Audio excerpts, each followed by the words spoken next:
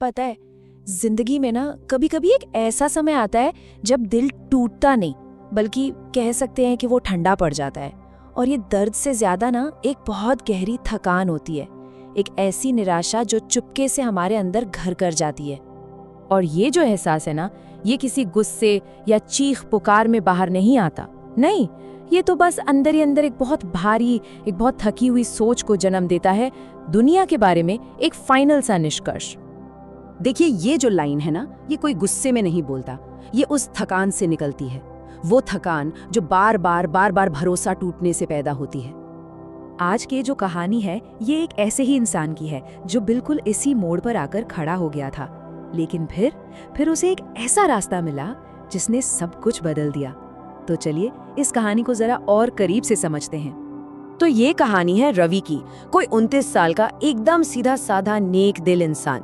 बचपन से उसे यही सिखाया गया था कि देखो, इंसानियत ही सबसे बड़ी पूजा है, और वो इसी फिलॉसफी पर चलता भी था। लेकिन हुआ क्या, उसकी यही अच्छी सोच, उसका यही विश्वास धीरे धीरे उसकी सबसे बड़ी कमजोरी बन गया। लोगों ने ना उसकी अच्छाई को उसकी बेवकूफ़ी समझना शुरू कर दिया और बस उसका फायदा उठाने लगे। और ये कोई एक आध बार नहीं हुआ, ये एक सिलसिला बन गया था। कॉलेज के एक दोस्त ने पैसे लिए और फिर दोस्ती भुला दी। ऑफिस में वो दिन रात मेहनत करता और क्रेडिट कोई और ले जाता।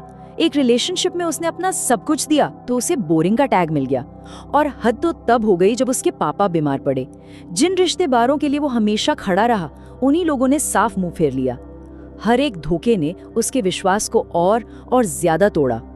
परिवार से मिला वो जो आखिरी धोखा था ना, बस उसके बाद रवि जैसे अंदर से पूरी तरह टूट गया। उसके दिमाग में, उसके दिल में एक बात घर कर गई, जैसे पत्थर पर लकीर खींच गई हो। और बस इस एक सोच ने रवि को पूरी तरह बदल दिया। उसने लोगों से मिलना जुलना छोड़ दिया, किसी की मदद करना बंद कर दिया। एक तरह से ना उसने अपने चारों ओर एक इमोशनल दीवार बना ली ताकि कोई उसे फिर से चोट ना पहुंचा सके। लेकिन होता क्या है, दीवारें हमें बचाती नहीं हैं, वो हमें बस अकेला कर देती हैं। हाँ, ये सच है कि अब उसे कोई चोट नहीं पहुंचा रहा था, वो सेफ था। पर क्या वो खुश था? नहीं, वो अंदर से और ज्यादा अकेला और दुखी होता जा रहा था। मन की जो शांति होती है ना, वो कहीं खो गई थी। फिर एक दिन कुछ ऐसा हुआ जिसकी उम्मीद नहीं थी। जोर की बारिश हो रही थी और उससे बचने के लिए रवि पास के एक बौद्ध सेंटर में चला गया। वहां उसकी मुलाकात एक भिक्षु से हुई। और कमाल की बात यह थी कि उस भिक्षु ने एक ही नजर में रवि के चेहरे पर लिखी वो सारी थकान, वो सारा टूटा हुआ भरोसा सब पढ़ लिया। और उस भिक्षु ने जो बात कही, उसने रवि की सोच को हिला के रख दिया। उन्होंने समझाया, देखो, समस्या ये नहीं है कि लोग मतलबी हैं, असली समस्या ये है कि हमारी उम्मीदें ही गलत हैं।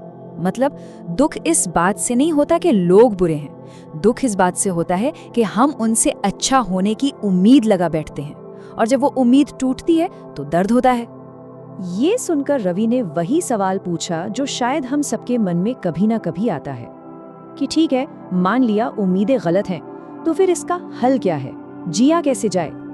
तो भिक्षु ने उसे 3 बहुत ही सिंपल लेकिन बहुत गहरे रास्ते बताए। पहला, लोगों से उम्मीदें कम कर दो।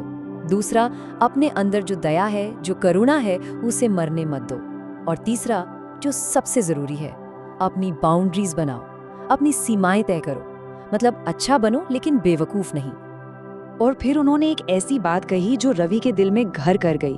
उन्होंने कहा, लोग तो तुम्हें तब भी बुरा कहेंगे जब तुम अच्छे हो, तो कम से कम अपनी शांति को बचाकर बुरा कहलाना बेहतर है ना।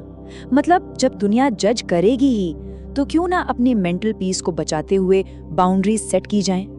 बस उस दिन रवि ने एक फैसला लिया। उसने तय किया कि वो फिर से अच्छा इंसान बनेगा, लेकिन इस बार एक फर्क होगा।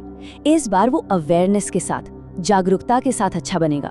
मतलब वो मदद करेगा लेकिन खुद को दांव पर लगाकर नहीं, वो भरोसा करेगा लेकिन आंखें बंद करके नहीं। और ये बदलाव सिर्फ सोच में नहीं, एक्शन में भी दिखा। जैसे पुराना रवि क्या करता था, कोई मदद मांगता तो तुरंत हाँ कह देता, लेकिन अब जब ऑफिस में किसी ने मदद मांगी तो नए रवि ने क्या कहा, उसने बहुत शांति से कहा, हाँ मैं जरूर मदद करूंगा, लेकिन पहले अपना काम खत्म कर लूं। ये एक छोटा सा वाक्य था, लेकिन अपनी बाउंड्रीज सेट करने की दिशा में एक बहुत बड़ा कदम था। और धीरे धीरे रवि ने अपनी जिंदगी को फिर से पटरी पर लाना शुरू किया। सबसे पहले तो उसने खुद को दोष देना बंद किया।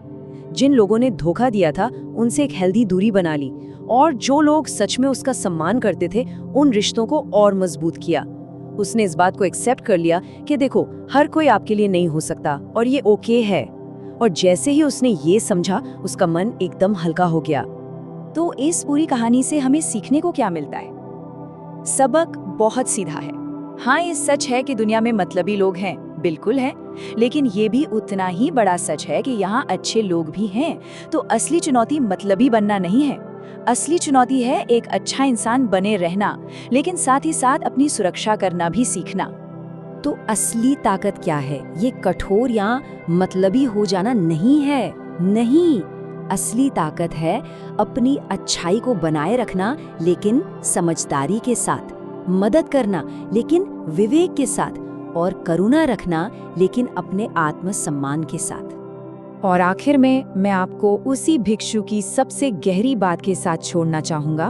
उन्होंने कहा था, सबसे बड़ा नुकसान ये नहीं है कि लोगों ने तुम्हें तोड़ दिया, सबसे बड़ा नुकसान तो ये है कि लोगों ने तुम्हें अपने जैसा बना दिया।